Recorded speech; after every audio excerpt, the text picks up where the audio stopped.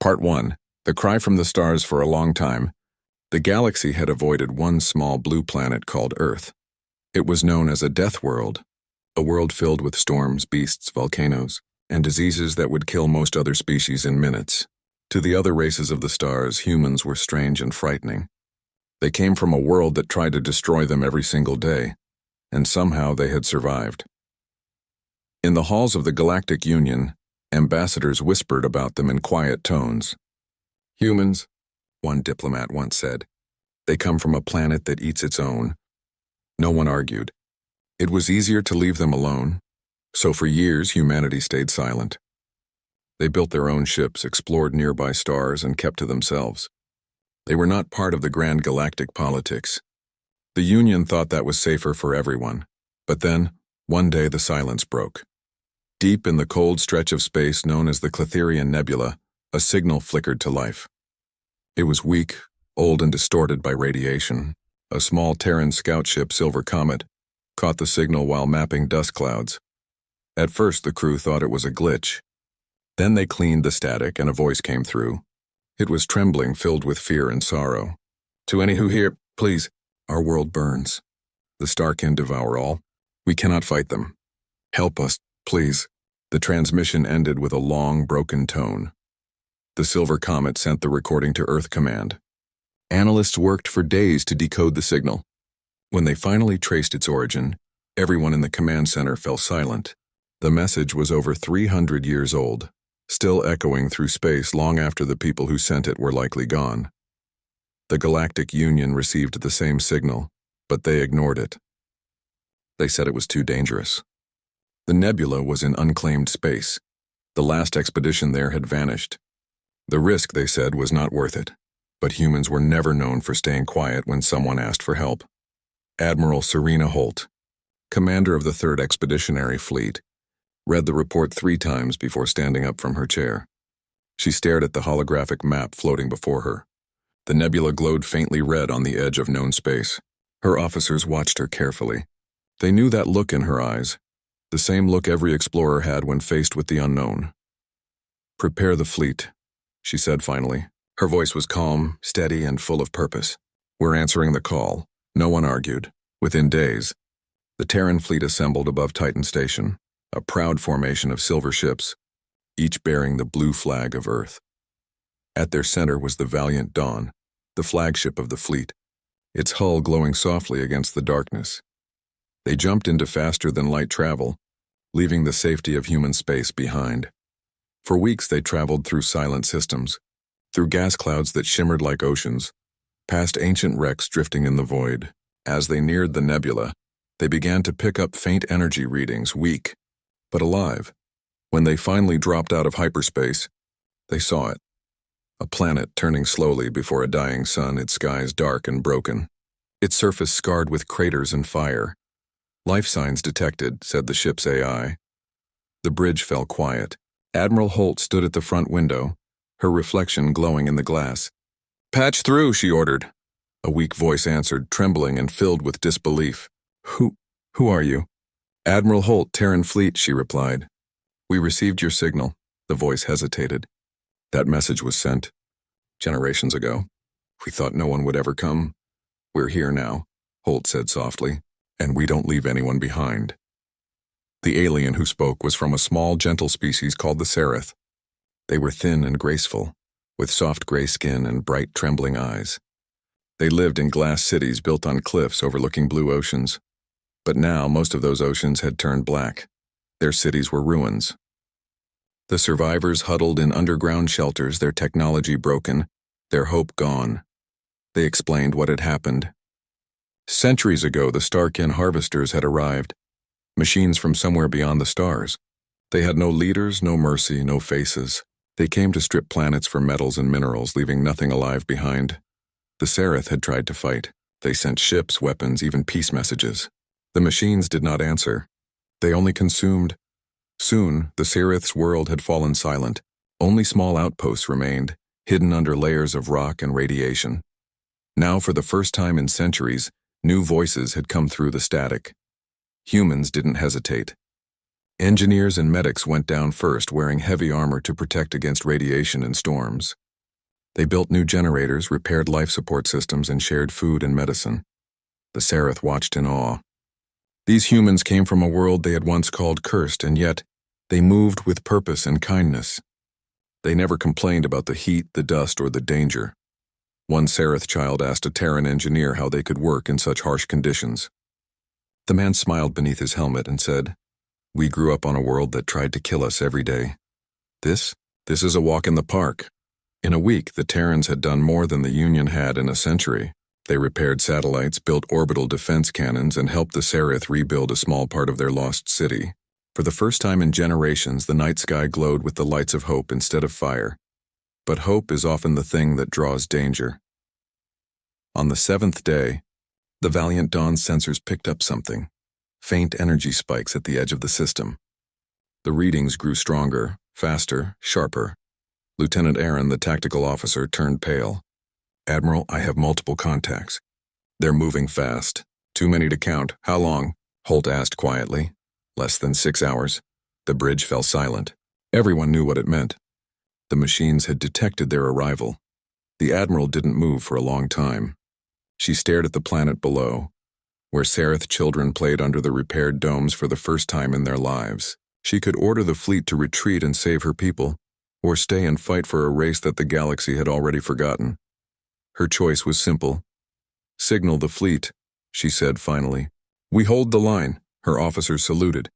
Orders spread across every ship. Weapons charged, shields flared to life. The humans took positions between the planet and the oncoming swarm. Down on the surface, the Seraph watched the sky. The stars began to vanish one by one as something enormous filled the heavens. The machines had arrived, a vast swarm of dark metal moving like a living shadow. The Seraph's elders wept. "It's happening again," one whispered. But this time, something was different. This time, they were not alone. The Valiant Dawn floated before the swarm like a lone torch in the night. Admiral Holt's voice echoed through every Terran ship.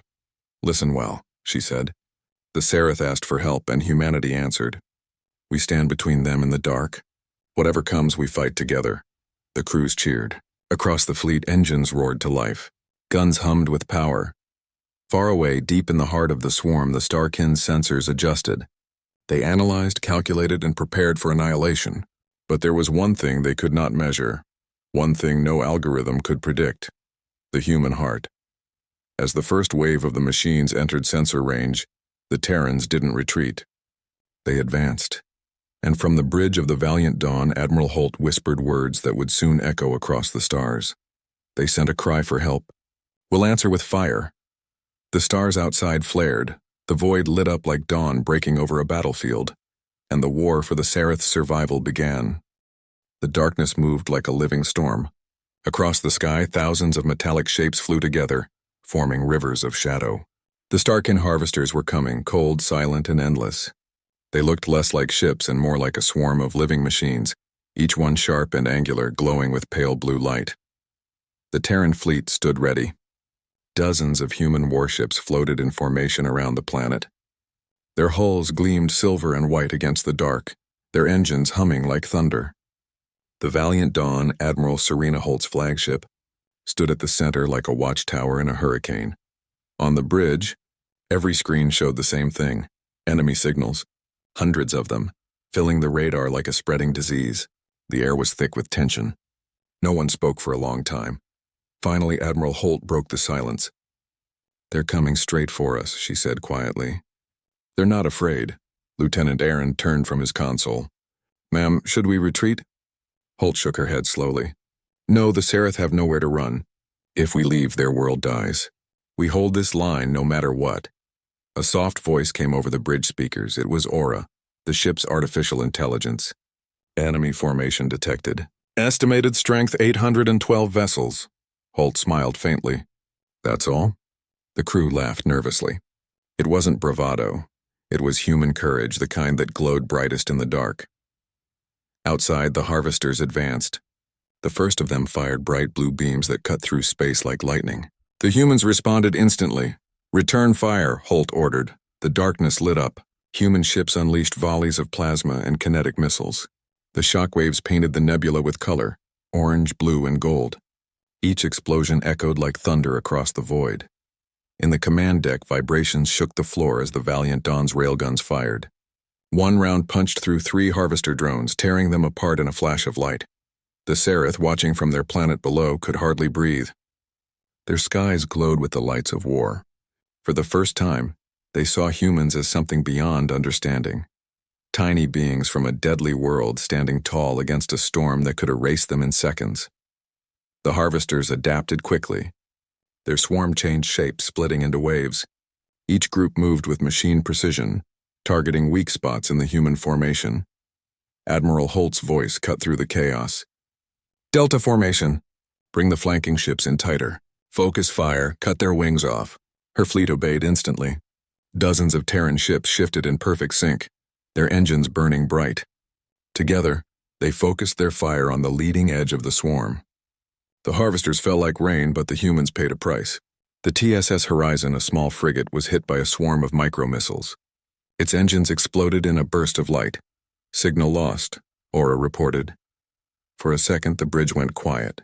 Holt bowed her head slightly, then said, "They held their ground. We'll make it count." The humans didn't slow down. They fought harder. Each ship became a piece of a living organism, covering, protecting, striking, retreating, and advancing together. It wasn't cold logic. It was instinct, the kind that came from 1,000 years of surviving against impossible odds. The harvesters had the numbers, the speed, and the precision. But they didn't have what humans did, the ability to care. When a Terran destroyer began to fall behind, 2 others moved to shield it, taking the hits instead. When a pilot's ship was damaged, his wingmate guided him back to safety while firing with one hand. Down on the surface, Seraph citizens gathered on high platforms staring upward. They saw the sky flashing with bursts of light, like stars being born and dying at once. One young Seraph whispered to his mother, "They fight for us." "Yes," she said softly. "They fight like the stories of our gods." Hours passed. The swarm grew thinner, but so did the human fleet. Energy levels were low. Ammunition was nearly gone. Yet the humans did not yield. Inside the Valiant Dawn, Admiral Holt's officers looked tired, but their eyes burned with focus. "Admiral," said Aaron, "we've got one last charge in the railguns. After that, it's point defense only." "Then we make it count," she said. "Target the Harvester core ship." The Harvester core ship was enormous, an ancient construct glowing blue from within. It coordinated the swarm, sending commands like a heartbeat across the fleet. Destroy that, and the machines would fall into chaos. The Valiant Dawn charged forward, its engines blazing white. Harvester ships turned their weapons toward it, sensing danger. Beams of light struck its shields, shaking the hull. Warning lights filled the bridge. "Shields at 30%, shouted an officer. "Hold course," Holt said. "Fire on my mark." Aura's voice echoed. "Core ship lock acquired." The Valiant Dawn's cannons glowed brighter and brighter until the metal itself began to hum. Then Holt raised her hand. "Fire!" The railgun discharged a blinding streak of molten light. It tore through the void, hitting the Harvester core ship square in the center. For one breathless moment, nothing happened. Then the entire machine erupted like a dying star. The explosion was so bright that the Seraph could see it from their planet's surface. The ground trembled. The night turned to day. When the light faded, the swarm began to fall apart. Without their core command, the machines drifted aimlessly, crashing into one another. One by one, their lights went dark. Silence returned to the nebula. The Terran fleet floated among the debris. Dozens of their ships were damaged, a few gone entirely. Yet they had won. The Seraph's world was safe. Admiral Holt stood on the bridge, staring at the calm stars outside. Her uniform was scorched, her face tired, but her eyes shone with quiet pride. Aura spoke softly. "Enemy signatures eliminated. No active hostiles remain." Holt let out a long breath. "Transmit a message to the Union Council." "Yes, Admiral." "Message content?" Her lips curved into a small smile. "Tell them this." The distress call was answered. "The threat is ended. Never doubt what a Deathworld can do." The message spread faster than light. Across the galaxy, stations and colonies replayed her words again and again. To some, it was just another battle report. To others, it was a miracle. In time, the Seraph rebuilt. Their cities rose again, brighter than before. And in every city there was a statue, a human figure standing tall looking to the stars holding a light high in one hand. The base read, "To the defenders of life, the Deathworlders who answered our cry." Years later, young Seraph children learned about the day humanity came from the stars. Teachers would point to the sky and say, "That is the world of the Deathworlders, the ones who fought for us." And far away, on Earth, Admiral Holt walked along the edge of the ocean. She looked up at the night sky, where a faint blue star twinkled, the Seraph homeworld. "They're safe now," she whispered. The ocean wind carried her words into the night. In the centuries that followed, the story of that battle became legend. Some called the humans heroes. Some called them saviors. Others gave them a new name whispered in awe across countless systems. The extinguishers of extinction, not destroyers. Not conquerors, but the ones who stood between stars and silence, and when the galaxy cried for help, answered.